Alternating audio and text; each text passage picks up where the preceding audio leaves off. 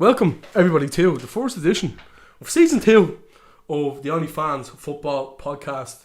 A bit of a pre-season special. Yeah. For us today, Cran. We had Aaron Molloy on, someone who we've talked about coming on for a long time. I don't want to spoil anything on anybody, but we are going to try our very best to take things to a new level. And there's a lot of things involved in that. And one of the first major steps we both feel is getting a guest on. And I think it was great to start with Aaron, somebody we know. And you went to school with. Went to school with, which is mad when you think about it, considering he's living in Memphis, walking in Memphis. Do you really feel the way I feel? I'd say he doesn't feel how you feel. But yes, it was a great chat with Aaron.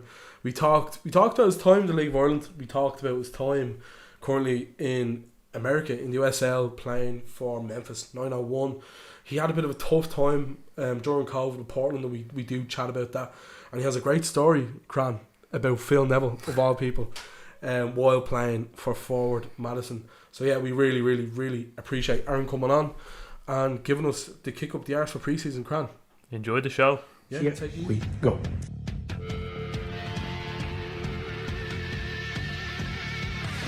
E19, yeah? It's not looking good, Bev. It's a very erotic voice, by the way. Fuck you, Deputy Stag. Fuck you. Hey. There've been years around here watching them. Where'd you get these two guys from? Give me a elliptical list. Did you support Arsenal before the brain injury? You're an absolute disgrace. You're a cheat. I hope Brighton get relegated. Where are you? I don't know, Jeff. If I speak, I am in big trouble. Sometimes may be good, sometimes may be shit. The fucking pass is fucking raw!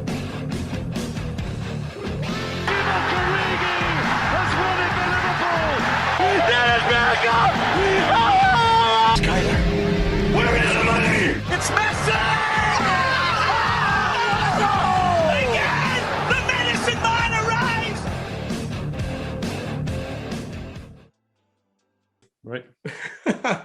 Welcome everybody to the Onlyfanz Football Podcast episode dash. We're in the middle of the season. It's a pre-season episode, I call it. It's getting us ready for the big season, Cran, the big kickoff. It's only around the corner now, actually, which feels a bit weird because we literally only finished with Champions League there a while ago. Obviously, this is our first episode of the season, and as a nice little surprise, we have a guest on with us today, of course.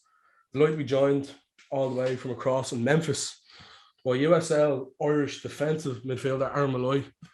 Aaron, first of all, how are you getting on? And thanks for coming on, of course. No, thank you, lads, for having me on. Very grateful. Doing great. So having my day off today, so you lads caught me on a good time. But yeah, happy to be on the podcast. Yeah, as we said just before we kicked off, it's a bit of a first for us. So we are really excited. I suppose a bit nervous as well, but not too nervous because we've known you for I don't get years. nervous. I don't get nervous. It's not about you. But yeah, we're really grateful to have you on the show. You're living the American dream, Aaron. I think it's fair to say for a lot of people. And we will get into that as the podcast rolls on. But I suppose, take it back to when you were younger, obviously, I knew yourself from the flats growing up. Myself and Dave, you're in, I think, play school with Dave as well, so you're really good friends with him growing up.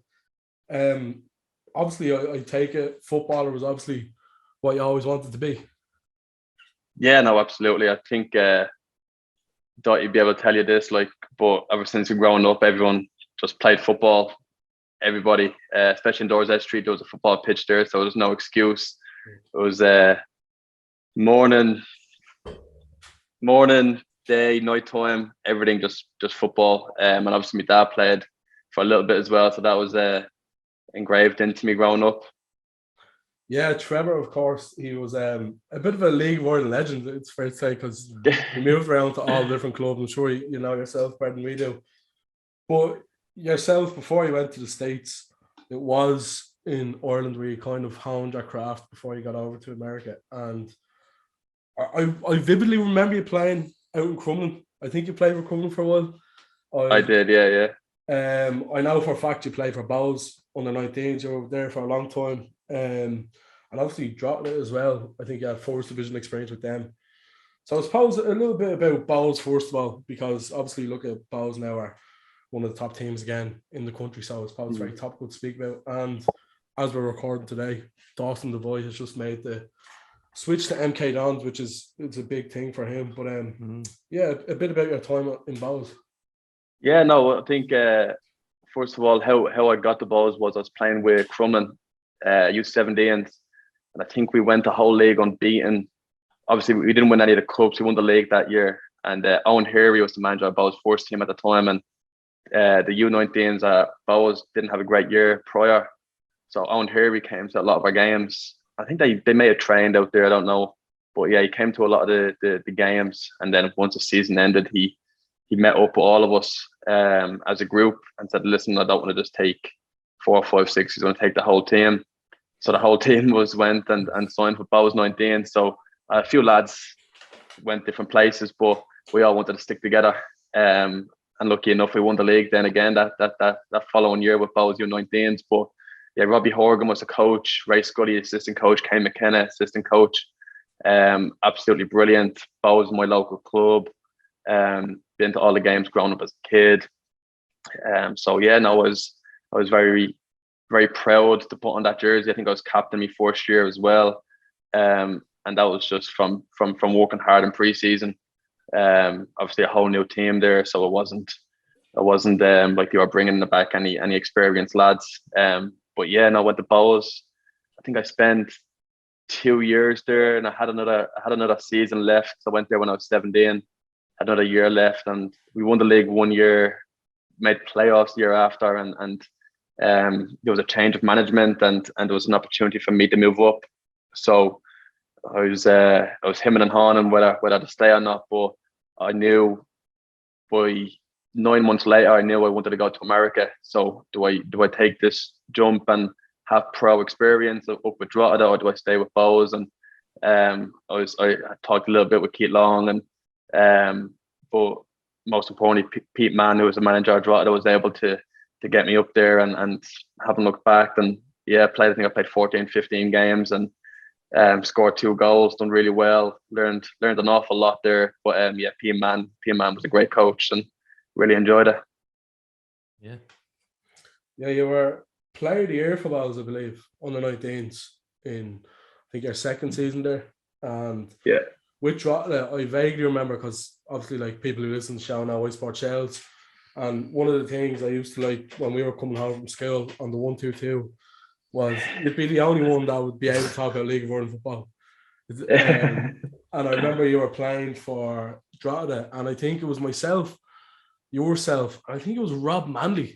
No, Rob Manley's with yeah, no, Rob really well. Moved to Galway now, I think, but he did. Rob was with us, and I remember we were chatting away about the League of Ireland. And I think Shell's, one of the Fridays we were coming home, you were coming back from the course, and I was coming back from school. I think Shells were playing Drogheda that night.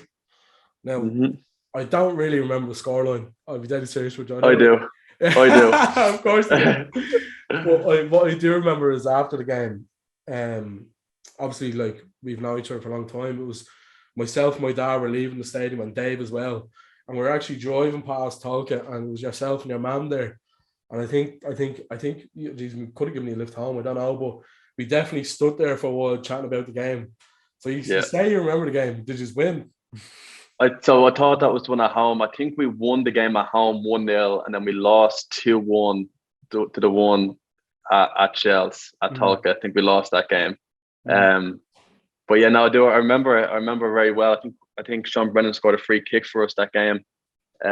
What a player! But yeah, I used to love playing against Shells. It was funny playing against Shells. You know, like growing up, my dad played League of Ireland. He'd get absolute dogs abuse, and he'd be like, I just never really understood it. And I played against Shells, and that was the only League of Ireland team that gave me dogs abuse. And the thing is, I knew a handful of the lads. Like, I used to go out to the living room and play, and I think what was Lafayette? I think that was another spot I used to go out to, and I'd see all these lads, and they'd be wanting to buy me a drink, and we'd be chatting away with them, chatting about ball, chatting about life. And then on a Friday night, they'd be like, "Well, I'll kill you." No, of course on this, but like throwing €2 coins and all. Like, I'm like, it's fucking mad. Like tomorrow night, you'd be wanting to fucking chat with me for an hour. I can't get rid of you. Like, and no, but that's the good thing about football. Though, like people get very passionate about it, but yeah, they were the only team. Els was the only team that I was got a bit of grief from. Yeah, I remember you getting a bit of grief, and my dad that night and Dave as well. Obviously, I think we told everyone that we seen. You were captain of Drogheda as well. I'm pretty sure you were. Were you captain? No, I wasn't. No, that was my first year. I think I was only 18, 19 at the time. I think Sean Kavanagh and Sean Brennan, were both other centre midfielders. They were captains. But no, I wasn't. I think I was a vital part in that team that year. Like, I tell you a story. Like, I went into pre-season, and I thought it was just going to be another number. It was me, Sean Brennan, Sean Kavanagh, and Jake Hoyland, 4 midfielders for 3 spots, 1 6 and 2 8s, and I went in and I absolutely smashed the fitness test. Like, number complete, like not being complete, but I was the last out. Like, and they all wanted to be the 8s, and to be fair, I probably wasn't 8 at the time, box to box midfielder. But I'm like, well, if there's no competition as the 6, I'll go there. Like, so yeah, absolutely. I played as a defensive midfielder and just played, had a simple game, like just done everything simple. And then them 3 lads battled it out for them 2 spots, and I played 14 out of 15 possible games that year, and then I moved to America. But then the lads were able to get promoted. But yeah, no, we had a very, very good team that year. I just remember the game because, as I was saying, my dad and Dave, the whole game, anyone that would listen to them were like, "Oh, we know the 6 off." Yeah. The whole game, and obviously, thankfully, we won in the end. But yeah, that was a bit of a mad one. But yeah, will we talk about the move to America? Do you want to start up the American dream? Baby. The American dream. So you started off your move to the States at Kaiser in West Palm Beach, Florida, is it? Yeah. Yes, sir. Got that right. So, how did you find the transition to the States, like, as opposed to life here? Like, what was the toughest part about your transition over there? And like, I think the initial. I think the initial part was a little bit difficult. Obviously, I was a mammy's boy growing up. She done everything for me, made me bed, made me breakfast, dinner, the whole lot, cooked, cleaned for me. But that part I found a little bit difficult. But obviously, it was something that I needed to do to grow up, you know. But lucky for me, there was 2 Irish lads, a couple of English lads there that had been in the States for 2-3 years prior. Right. So I was living with them, hanging out with them. So for me, like, I wasn't secluded. I was always involved in things, and obviously I was playing football. That made me the happiest. So I can see how it can put a downer on people when they first move over, they get homesick. But I didn't really get badly homesick. My mom came over, my sister came over each semester, so it was brilliant to see them. But yeah, no, the transition. Homesick, was it? No. I was packing on the 2-3 shades of sunscreen on every morning, bathing in the thing. West Palm Beach was unbelievable. So, and Andy had a great Irish community too as well. The assistant gaffer was Irish, and he was the person who got me over. Like, I still keep in contact with him, like, once a week still. It's 6-7 years now. But yeah, no, like, I'm very grateful for my first year in West Palm Beach, and that made the transition a lot easier, because when I went to Penn State, then there was no Irish. So then I was with all these new people, players, new schools, new everything. And because I had that year behind me, that made that transition a lot easier, you know. I suppose, talk about how you got over there. So you're playing in Drogheda, and you're doing the course in ETB, was it? Is that what it is? Yeah, up in Cabra. Yeah, up in Cabra, because I remember you getting the bus home every Friday. What was that like? And obviously you talked about the transition there. Was it, obviously the moving to America was obviously the main plan, but how did you get from the ETB course to America? Like, how did that transition happen? So I think it was 2015. I had this like inkling that I wanted to go over. You know, I was looking up YouTube. I was looking up different schools.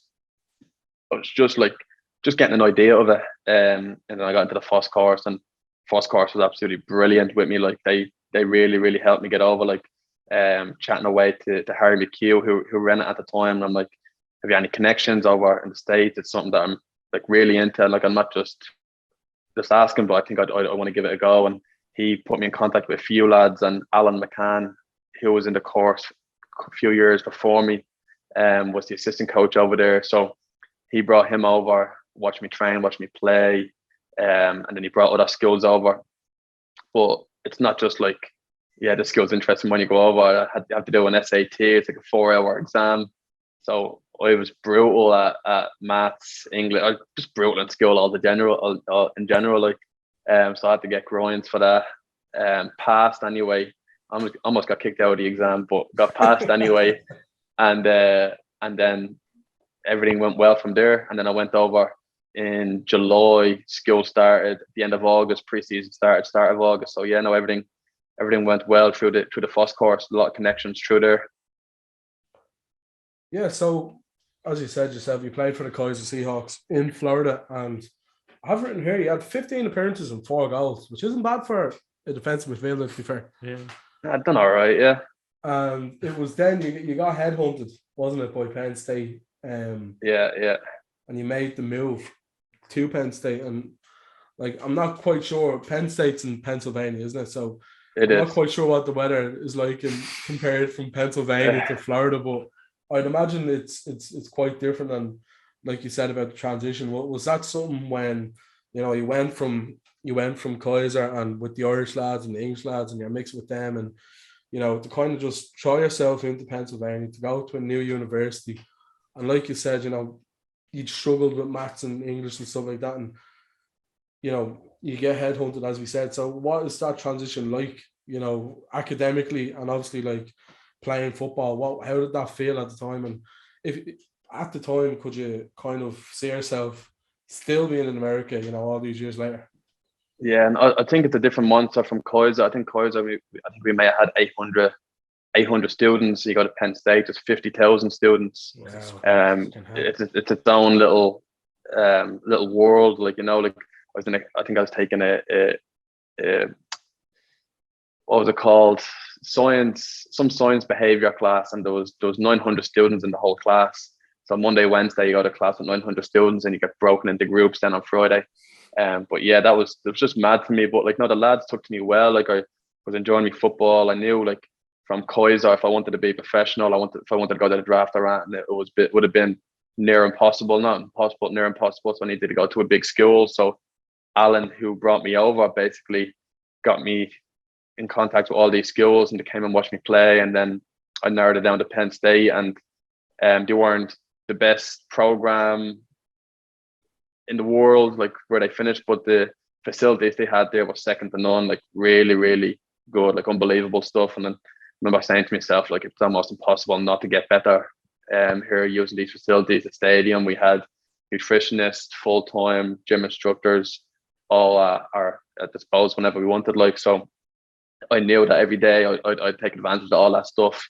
And absolutely loved it. And then became really, really good friends with a lot of the lads there that I still stay in contact and all that type of stuff. And met my fiance there as well. So congrats.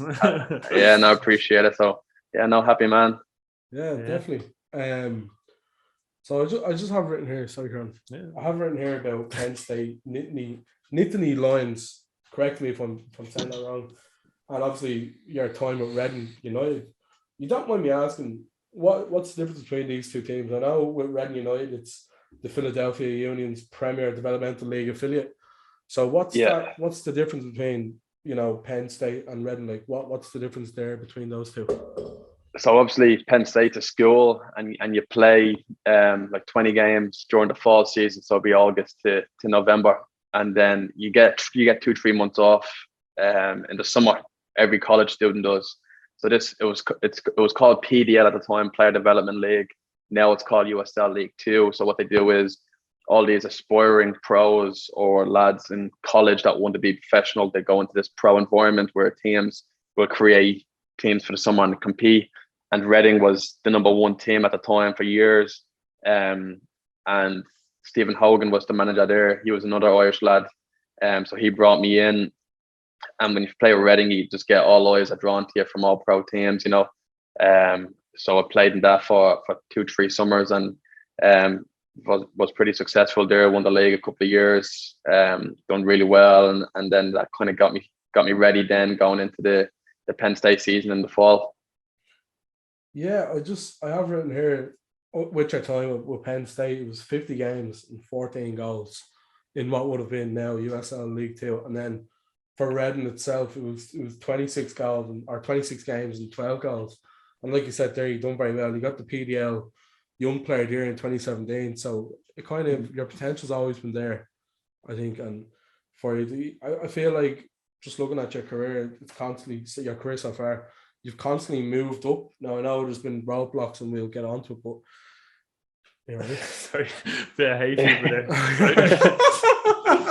Sorry, it's terribly hot. I know. I just looked at there. I didn't know what was wrong with you. Are you okay? Hay fever.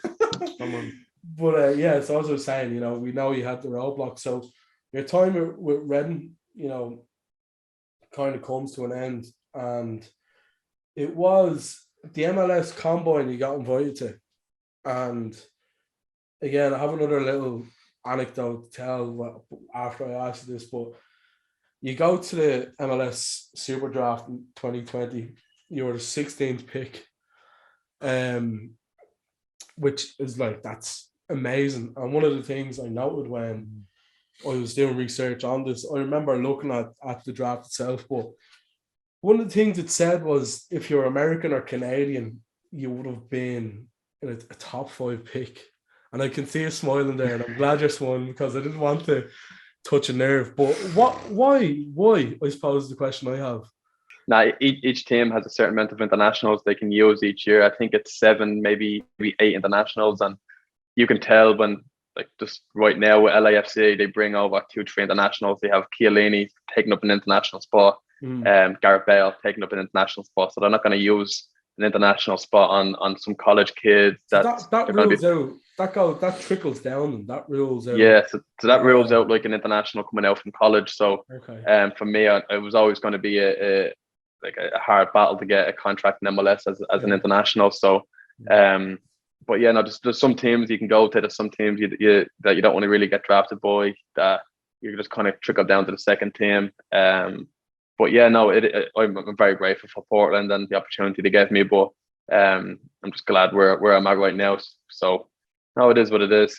Yeah, and I think that's kind of the beauty of life, is these things, you know, happen for a reason, and you know, we might not know the reason at the time. As we said about Portland Timbers too, you get the draft 16th pick. You know, looking at your kind of stats, there was 15 appearances and 1 goal in the USL Championship, which is where you find yourself now. But as all this is going on, the world's hit by a pandemic, and you know, what happens to the 16th draft pick? You know, international player for Portland Timbers too. Then, you know, it's a situation that I don't think anyone could have imagined find themselves in. So how did that feel, and how did you kind of react to it? Yeah, no, it was definitely hurt. I think the biggest reason why I ended up signing with Portland Timbers too was a part of the deal was I was able to train with the first team every day, and that's ultimately what I wanted. I was like, if you're not going to sign me, I want to train with the first team. That's how I'm going to get better every day, and I'm in the eyes of the coaches that make the decisions. You know, COVID hit, and then whatever way it worked out is unless you're under contract, you can only train with whatever team you're with. So we used to train with the same facility, but now we got separated. We're training 20 minutes away from the facility at the secondary school, high school spot. So that's what happened during the pandemic. Yeah, the season got shortened, and we didn't have a great year at all. I think we may have won 2, maybe 3 games that year, and then my stock went from 4th round in the draft to no teams wanting to pick me up because we didn't do very well. I didn't have the great year myself, so I ended up down at Madison, which is a league under, and done well there. And now I find myself, like you said, back up in the championship with a team that's challenging for the league right now. Yeah, and how do you find like all this moving? How did you find was that tough, like to be moving around so much in the space of a few years? To different places, like. Yeah, no, definitely is. I'm actually pretty happy the way everything's worked out. I've lived in, I want to say, like 5-6 different states in the past 6 years, but I'll go wherever football will make me happy, you know. So if that means Madison, Portland, Memphis, Penn State, wherever it may be, then then it really doesn't bother me going a pack light and just bring the boots with me, and then I'll be happy as Larry. Yeah, that's all you need, right, isn't it? Yeah. I think it was at forward Madison where, and your ego's probably gonna be strong to it, but I have a lot of your stats written here. But actually, just to go back to the draft real quick, I remember when the draft was going on. I think it was in January 2020. I want to say. Yeah. I remember sitting here with my dad and Dave and my mom. We were sitting, now it's a different table now, but at the time it was a longer table. And we were all glued to my phone watching the draft on Twitter. Obviously, it was live stream on Twitter. And I don't know what it was. It was one of those Joe.e articles. You know what I mean? My dad was reading about you that day. He was like, if he was American or Canadian, he'd be one of the first picks now. And I remember when he got picked, it was as if we were watching football and someone scored. Like we were all delighted for you. Like, as I'm sure, like Jennifer and Aoife were at home, I say they were buzzing for you, and everyone kind of that knows it. Everyone's so proud of you. But moving on then to forward Madison, I think that's where you kind of maybe you found yourself again. I think that might be fair to say. You know, you had 27 appearances, 4 goals. You were nominated for the MVP that year, stuff like that. So tell us about your time in forward Madison. And by the way, their kids are lovely. Their kids are all on Twitter. They do well on social media as well. Yeah, like, they do great. Like I remember when you were at forward Madison, I would see something every day. Like they're posting regularly. Flamingo the match, I think, is what they do as well. It's sets them apart. Yeah. Their social media presence is brilliant. The jerseys are great. But yeah, like I said, they were in the third division. I had to take a step back to go 2 steps up, and so to speak. But I was no, like you said, I found myself again. I found myself happy. That's all I wanted. I just wanted to be playing football and being like enjoy it again. And there was no better place to do that. The fans were absolutely amazing. Really, really took to me. There's a few Irish lads that played there years prior that I spoke to beforehand, and they were like, "Yeah, the fans are brilliant. You're gonna love it there." And I did. Yeah, no, absolutely took advantage of everything there. Really, really enjoyed it. And then I actually signed a 2-year deal there, and I had a little buyout clause that I wouldn't have hated if I stayed, but I really wanted to move up. And then Memphis, they pulled the trigger. So back into the championship. And during your time with forward Madison, I remember myself and Dave watched a few of your games. I think one of them was away to Fort Lauderdale, which I believe is a Miami affiliate. What's it like playing in those stadiums? I know Kieran's going to ask you a question. They have a nice airport as well, supposedly. I'll tell you a funny story that nobody would have heard this, but the Americans are that hilarious over here. So obviously I'm playing against Fort Lauderdale, and Phil Neville's the manager of the first team, so we're playing the second team, and I went to school in West Palm Beach, which is like 25 minutes away. So all my mates are still there. So I think 7, 8, 9, 10 of them came to the game. So I got them all tickets, and they're all queuing in to get into the game. Showed the lady the tickets, and as they're giving the tickets, they're all walking in. Phil Neville walks in behind them, just tries to walk straight in. Like everyone knows who Phil Neville is. Like he's all known all over Europe. Yeah. Exactly, his younger brother. But the lady stopped him and said, "Excuse me, sir, do you have like a badge or a ticket?" He's like, "No, I'm the manager." And then she wouldn't let him in. So Phil Neville's fighting with your one saying, "I'm the manager here." She goes, "Oh, look, I don't like, I need something to let you in." So the way the lads were explaining, I was dying laughing. Good. So he had to get a phone, make a call, get one of the people to let him into the stadium. Like. It was hilarious. No special treatment. No special treatment for Phil. No special. She had no. But the thing is, she had no idea who he was. Yeah, that's what the funniest thing was. Yeah, poor Phil. He's probably used to. I don't know. We'll look at, as we said about your time in Fort Lauderdale, or sorry, not Fort Lauderdale. Your time in Fort Madison, like it was your most up to now, was one of your most fruitful times. And I have these stats here, and it's from a former podcast guest you had on, Jamie Segura. Is that how you pronounce his name? Jaime Segura. Shout out to him and Thomas Greco as well with these stats. But some of these stats are unbelievable, you know, for an offensive midfielder 6 to play. Like in the stats they had, they compared it to the rest of the USL League One, and then the kind of USA average in general. And you have, so for the accurate passes, it was 88%. The USL 1 average was 85%. And the USA average was 86%. So you're 2% ahead of the national average. And then obviously per 90 was 58 for yourself. USL League One average was 36.7. The USA average was 40. Challenges won, you were 60%. USL 1 was 51%. The USA average was 52.5%. The ball recoveries per 90 was 5.5 for yourself. USL average was 3.8. USA average was 4.4. The lost balls now in half per 90, which when you think about it, it's more crucial than anything because these are things that will lead to mistakes and stuff. You're on 1.04. The USL League One average is 1.19 and the USA average is 1.28. And then expected assists per 90 again was 0.78 for yourself. The USL average for your position was 0.10, and then the USA average again for your position was 0.11. Now, when you look at all those stats, I think it's fair to say you were probably, too good for that level. Not too good, maybe not too good, but you definitely were able to jump up the next level. And did you feel at the time when you're playing in games and you're going away to the likes of Fort Lauderdale, did you feel at the time that you could make the move up? I think I always had it in the back of my head where that's where I wanted to be. I wasn't trying to have this ego as if that I was better than everyone else. It's not the type of person that I am. Still worked hard every single day, but I think at the end of the day, I always want to move up. And if that opportunity arose at the end of the year, I wanted to take it with both hands, and lucky enough it did. Yeah, we also got these ones as well. Distance covered. You have versus Richmond here, you had 12.0 kilometers covered on the 6th of August 2021.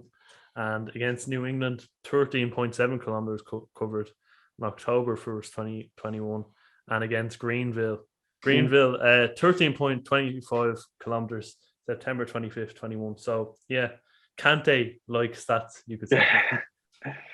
Yeah, I don't know what to say. I think a good thing about my playing style is how fit I am. I can get around the pitch pretty a lot, really. So yeah, I pride myself on fitness, so I can definitely use that to my advantage. Like, yeah, I seen one of your heat maps, and I don't know how, but it was literally like the whole pitch was covered. Like, I don't know how you kept running the whole time, but I mean, it is what it is. What's Premier League average on the kilometers?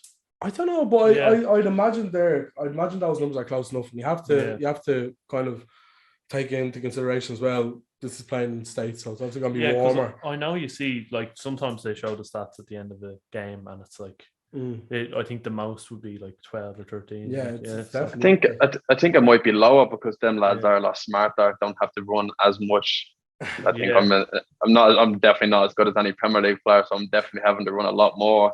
But them lads, I think they just put themselves in smart positions where they might not have to run as much.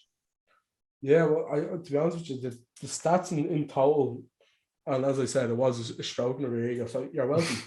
But it definitely shows, kind of, for me anyways, that step up to Memphis 901 in the USL Championship, for me, it was on the horizon. Now, these stats, I don't know what they're like up to date now, but so far from Memphis 901, I think you've played about 15 or 16 games. 17, I think. 17, and you're on about, I think, 4 goals and about 5 assists, I think it is. Yeah. You've had a really fruitful season, and one of the things I noticed from looking through the goals that you've gotten so far this season is you have a great understanding with Graham Smith. So you had 2 of the assists this season was once against Detroit. You whipped it in from the right from free kick, I think it was. And then it was a corner against Tulsa as well. Is that something you work on, or is it just kind of that natural understanding between yourselves? No. Again, I think I pride myself on staying back after training, working on my set pieces. I think I scored a free kick early on in the year, and then I have 5 assists that all came from set pieces. Like, so, no, staying back after training once or twice a week, working on set pieces, and they've shown in the games where if you work hard, put the hours in, that these things will happen. So yeah, no, Graham's just always a big lad in the right spot at the right time. He's like 6'4", monster in the year. So yeah, I just try put it. I don't try find anyone specific. Just try put it in a good spot. And lucky enough, he's been there on 3 occasions. Yeah, I was looking at your goals earlier this season, and the free kick against Oakland was an absolute peach, wasn't it? I think did it win goal of the month in the end? No, I don't think so. No.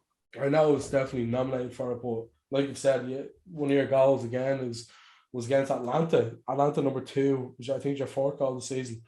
And the kind of calmness you showed getting into the box for a defensive midfield is very impressive, because you get in and you do just slot it into the bottom corner. And again, I know you're saying you stay after training, but there's no kind of preparation for calmness. And it's like when people talk about penalties and stuff, you can't prepare for a scenario like that, really, with the crowd and, with the pressures each game brings. How do you deal with that pressure at times? And I suppose after a loss, you talked about Portland Timbers too, you had a bit of a hard season there. How do you kind of work yourself back up again to kind of provide these levels of quality and, get wins and better like yourself? After a loss, like how do I handle a loss? Yeah. No, we actually say this in the locker room a lot. Like if we lose on a Saturday night, we let it hurt just for Saturday. Sunday we'll reflect, and then Monday it's back on for the following week. So it's like a 2-day process. So Saturday night, yeah, it's gonna not winning is difficult to take. I think I'm a sore loser. I hate losing. Sunday I'll watch the game, reflect on what I can do better, more importantly. And then on Monday we're just focused on the next game, whether that's the upcoming Wednesday or the following Saturday. So that's probably the process that I stand by after losing the game. Yeah, so I suppose for Memphis 901 this season, what's kind of the goals you have yourself personally, and then I suppose for the team? Yeah, no, personally at the start of the year, I said I'd like to get 7 goals, 7 assists, and almost halfway through that now, just past halfway through that. I think making playoffs at the start of the year would have been great, but the position we find ourselves in now is we're in 2nd place. We play first place team at home this Saturday, so win that, we go 1st place, and then there's 12 games left of the year, and we got a great bunch of lads here, great coaching staff. So I think the sky's the limit right now. And who's first in the Louisville? Louisville. Which they've been consistently brilliant. I think the past 6-7 years they either won it or got to the final every single year. So they've been brilliant, and I'm looking forward to. I think their skipper, Noel McCabe, is another Irish lad from Ringsend. Yeah, so I think he definitely plays in the middle. So looking forward to playing against him. So are you going away? No, we're at home. At home, okay. Is it available to watch anywhere? Yeah. Well, my family watch it on YouTube, but I don't know how they watch it on YouTube. They just Google Memphis 901 YouTube, and half the games are live on there. But we use ESPN Plus over here. It's a $5 a month to get to watch all the games and that. So, but they stay up and watch it, which is great. Yeah, I think it's definitely a big game. We could very well tune in ourselves this weekend. Mm-hmm. And if you were to win this championship, USL championship, that would mean, of course, there's no promotion or relegation system in the US, so that would mean you don't go up, sort of thing. Yeah, that's true. It is a bit of a shame. Yeah. Like it's another reason that that's something that the US are actually looking into. That they say within the next 5 to 10 years that there'll be a promotion relegation. I think that will help the country grow. Because obviously teams over here, the goal is just to make playoffs. But when you have goals to not get relegated, or goals to stay up, or goals to actually win, then you just more money involved, better players involved. There's things at higher stakes, so it means more. And with all that, then it just brings more quality into the league. Yeah. Get the Norwich of the MLS down. Yeah, exactly. The Norwich on the Fulham just going up and down. Yeah. And I don't want to wish your time away with Memphis 901 just yet, but MLS is clearly an objective of yours. Yeah. I mean that's been a goal since I moved over here, and it's something that I'll keep trying to get to for as long as I play. I do see myself long term staying here in the US. But yeah, I'm enjoying my football here in Memphis, and if the opportunity arises to go, again, I'll take it with both hands. But if it doesn't, it doesn't. Just continue to work hard and enjoy my football over here. Yeah, absolutely. I think you have a few questions about the MLS itself. Yeah, I'm very curious how life is over there in general. So, yeah, because I want to go over myself. And when you said Louisville were top of the league, I was like, I wanted to actually go to Kentucky. Yeah, you had plans, didn't you? I had plans to go to Kentucky. Unfortunately. So, the lads are saying it was a bit of a kip. They're a bit narrow-minded, let's just say.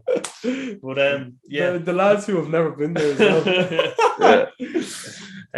Yeah, I just had a few questions about like sort of like your experience over there and what culture-wise. Yeah, and what I would ask this question: what's the nicest place you've ever visited while on tour of football? Like, would you get to explore the cities much? Or no. So we get there probably like 36 hours before the match. Try and have a couple of hours free to explore, play the game, and then obviously if you win, you go out. Right.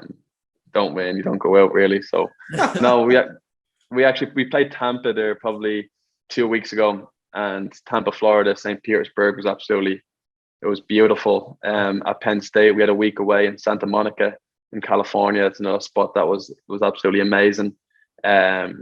But yeah, no, we played absolutely everywhere. Played in Vegas, played in Dallas, DC, New York, played in all these places, and it really is amazing that playing football can get you to explore all different places. Played in Salt Lake, Utah. So all these places you get to explore and see. So no, it's amazing. Doing what you love and traveling at the same time. Yeah, it's exactly. It really is a dream. Yeah. Yeah. How does it differ to Dublin? There's no spice bags in Memphis, Aaron. I don't think is no Guinness either. No.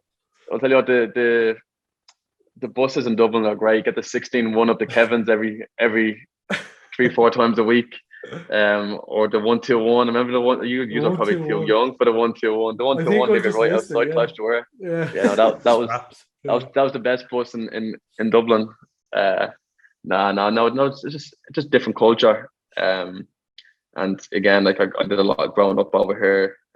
But then again, I had lots of friends and family that were taking care of me as well. So no, just enjoying it. So essentially, all you miss is Dublin bus. The Dublin bus, yeah.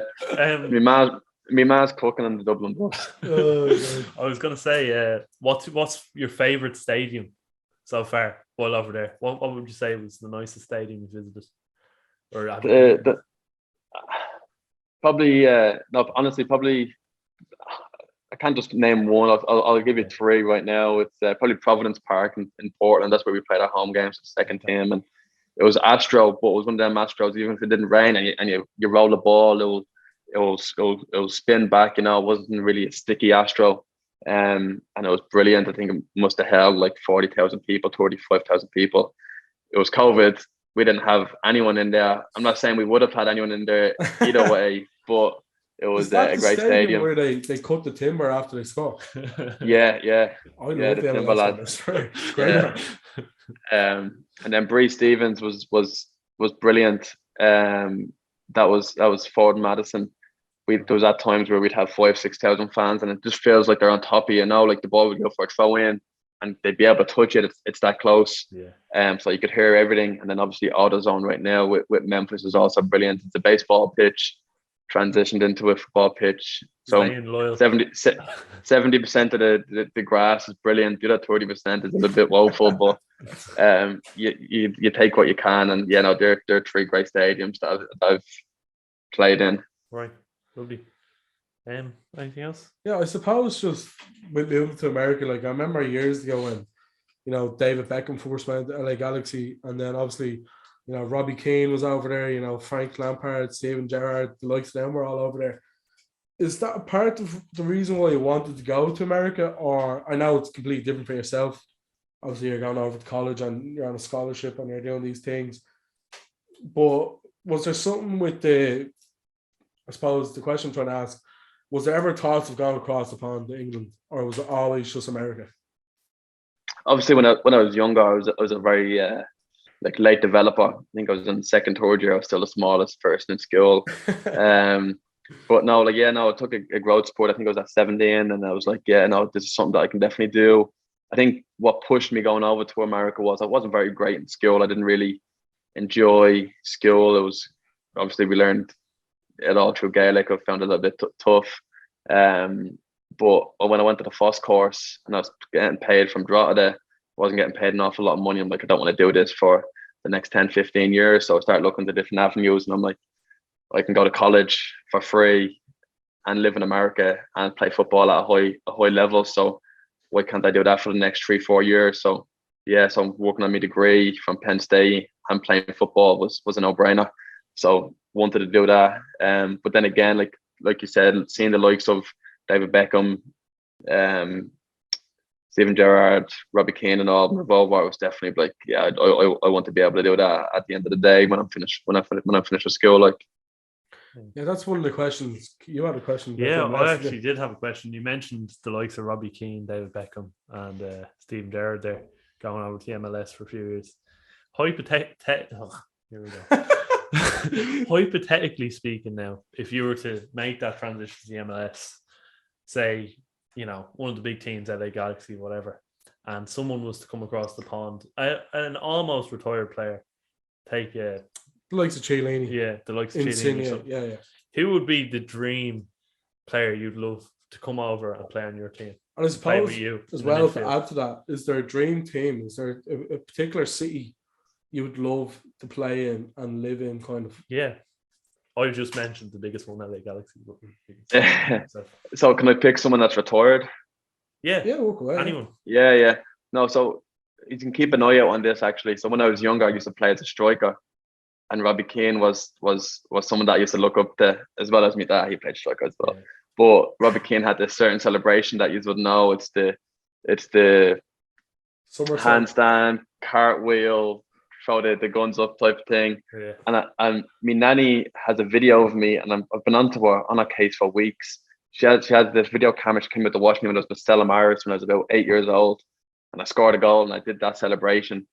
And I'm waiting until I get that in me hand. Okay. And then my next goal I score, I'm gonna do the same celebration. I'm gonna be like 20 years apart or 18 years apart or whatever it is.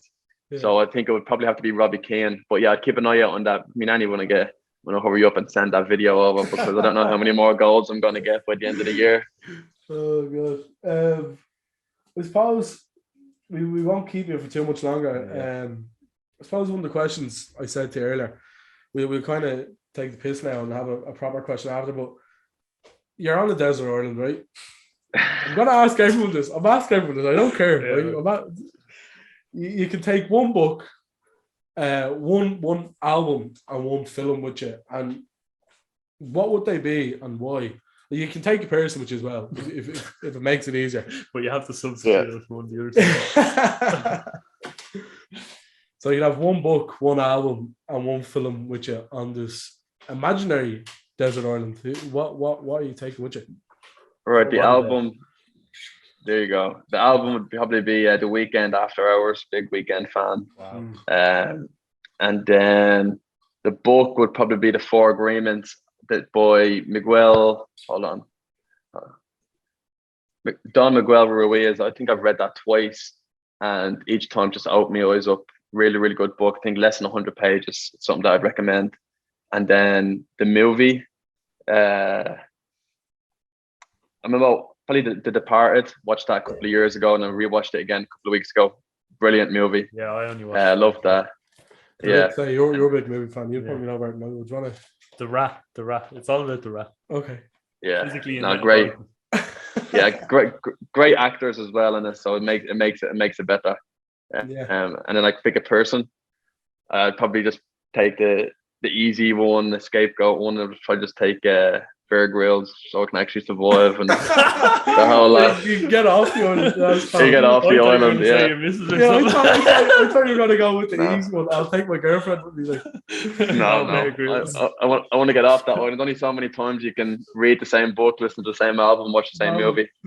I'd say he's a bit of a poser though when the camera goes off his face. Yeah. Well, I'd say when the camera goes off, he gets to the helicopter and goes to the hotel. So exactly. if you had that security, you'd be all right. And Aaron, what's the book about, if you don't mind me asking? That's what it's been a while since I read it. It's just like about these 4 agreements that you just agree with yourself, and if you follow these 4 agreements, then your life would be just stress free. Like certain things you could be able to let go. But it's been a while, but it was something that I was recommended to me by an awful lot of people, and I've recommended to a few people as well. So it's like psychology. Yeah, something like that. Yeah. So we move on to the last 2 questions. Right. So Aaron, what motivates you day to day? Probably friends and family. I think they put a lot of effort into getting me to where I am today with football and life. So I think I owe it to them to give it 100% every single day. So that's probably what motivates me. Right. Yeah, I think I said to you a while ago as well, I think, and said to Kieran before, and it's something that I think a lot of people should do daily is practice gratitude. So I suppose the last question before we let you go on your day off would be, what's one thing you're grateful for? Like what kind of makes life worth living for you? Yeah, I think it's probably very, very similar to what motivates me. Just like friends and family, just being super comfortable, be able to pick up the phone at any time, and knowing that a lot of people will be there for me. To sometimes, like here in Memphis, there's a big homeless community or something you would say, and looking at them every day is just being grateful that you've got a roof over your head, clothes on your back, food, water, the whole lot. So that's something that I'm very, very grateful for, and sometimes a lot of people take for granted, including myself. So taking a step back and having warm water, drinking water is something that a lot of people don't have access to. Yeah, I think it's a nice way to end, isn't it? I think. I think we're both grateful for you coming on today. That's one thing we say we're grateful for today. It's a long time coming. I remember chatting about this probably 9 months ago, a year ago. So I'm glad it's fun here. Yeah. You're always welcome on, and I'm sure this isn't the first. This is the first of many, hopefully. Yeah, we'll get you on again. Yeah. Next time United beat Liverpool, I'll be on. That could be one, or that could be one. There's a whole list of people waiting to come on for when United beat Liverpool. Yeah, that's true. Well, yeah, Aaron, thanks a million. I wish you all the best in the rest of your season, and hopefully one day we see in the MLS, and even better again. Hopefully we'd love to see you over here in the Aviva throwing on a green jersey. You know, everyone's that'd be the dream. So, yeah, thanks a million, man. We really appreciate it. Appreciate your time. Sound lads.